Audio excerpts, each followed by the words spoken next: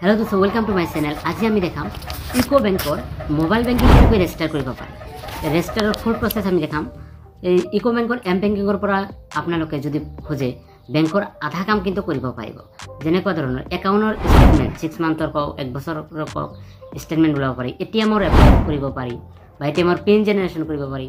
যদি মোবাইল নম্বৰটো চেঞ্জ কৰিব খোজে চেঞ্জ কৰিব পাৰি। তাৰ পিছত money transfer, third party transfer, IMPS transfer যিকোনো ধৰণৰ ট্ৰান্সফাৰ কিন্তু আমি ইকো এম বেংকিংৰ পৰা কৰিব পাৰি। ৰিচাৰ্জৰ পৰা আদি কৰি সকলোবোৰ কাম কিন্তু ইকো এম বেংকিংত কৰিব পাৰি। তো লেটস গো কেনেকৈ ইকো বেংকৰ এম বেংকিংটো ৰেজিষ্টাৰ কৰিব লাগে সেইটো আমি ষ্টেপ বাই ষ্টেপ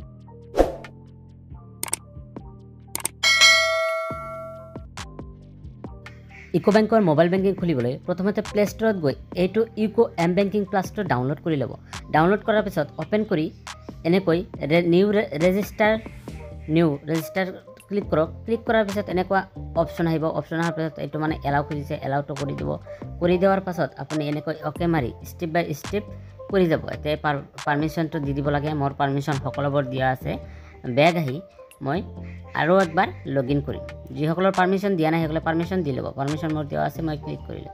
ক্লিক কৰাৰ পিছত মোবাইলত এটা OTP যাব। চাওক মই চাৰ্চ হৈ আছে।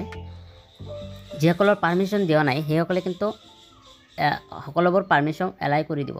তো লোকেশ্যনটো অন কৰি এনেকুৱা অপশ্যন আহিছে, মোবাইল নাম্বাৰত OTPটো কিন্তু অট'মেটিক লৈ যাব। কিন্তু একাউণ্টৰ লগত যিটো মোবাইল নাম্বাৰ লিংক আছে সেইটো মোবাইল নাম্বাৰ দিব। চাওক এতে একাউণ্ট নাম্বাৰ মাৰিব আহিছে।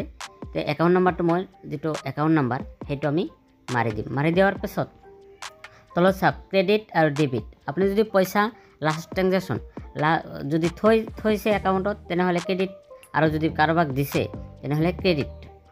সেইটো কিমান উঠাইছে বা কিমান থৈছে সেইটো দিব।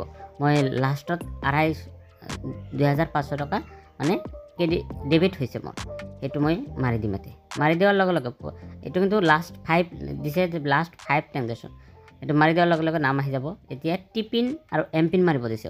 এই টিপিন এমপিন কিন্তু আপোনাক বেংকৰ পৰা জেনেৰেট কৰি দিয়ে। আপুনি যদি কয় যে মোৰ এম বেংকিং খুলিব লাগে, লগে লগে জেনেৰেট কৰি দিব। এইটো মই জেনেৰেট কৰি দিছে মোক, মই মাৰি দিলোঁ। মাৰি দিয়াৰ লগে লগে এনেকুৱা কিছুমান চিকিউৰিটি কুৱেশ্যন আহিছে। এইবিলাক আপোনাৰ মতে মাৰি দিব বা এনেও এটা মাৰিলেও হৈ যাব, টেনশ্যন নাই। কিন্তু এইবোৰ আপুনি যদি কেতিয়াবা পাছৱৰ্ড পাহৰে বা কেতিয়াবা কিবা প্ৰব্লেম হয়, এই চিকিউৰিটি কুৱেশ্যনবিলাক কিন্তু কামত দিব পাৰে আপুনি। সেইকাৰণে আপোনাৰ মনত থকাকৈ ভালকৈ এটা চিকিউৰিটি কুৱেশ্যন দিব। মই সকলোবোৰকৈ এম ডাবল এ মাৰি দিছোঁ যাতে মোৰ মনত থাকে। এইটো মাৰি এনেকৈ মাৰি দিছোঁ। অ'কে কৰাৰ লগে লগে কিন্তু আপোনাৰ নতুনকৈ এমপিন আৰু টিপিন বনাবলৈ দিব। এমপিন মানে মোবাইল এপটো যেতিয়া লগইন কৰিব সেইটো মাৰিব লাগিব, মানে লগইন কৰোঁতে মাৰিব লাগে। আৰু টিপিন হৈছে পইচা ট্ৰান্সফাৰ কৰোঁতে যিটো পিন মাৰিব লাগে।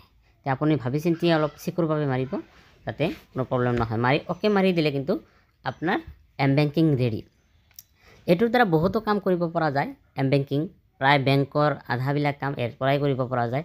কি কাম কৰিব পৰা যায় সেইটো আমি এক্সট্ৰাকৈ জনাই দিম। যেনেকৈ এটিএমৰ পিন জেনেৰেশ্যন, এটিএম এপ্লাই বা বহুতো ধৰণৰ পইচা ট্ৰান্সফাৰ, মোবাইল নাম্বাৰ চেঞ্জ, এনেকুৱা ধৰণৰ বহুতো ধৰণৰ কাম কৰিব পৰা যায়। সেইবোৰ আমি এক্সট্ৰাকৈ ভিডিঅ' বনাম।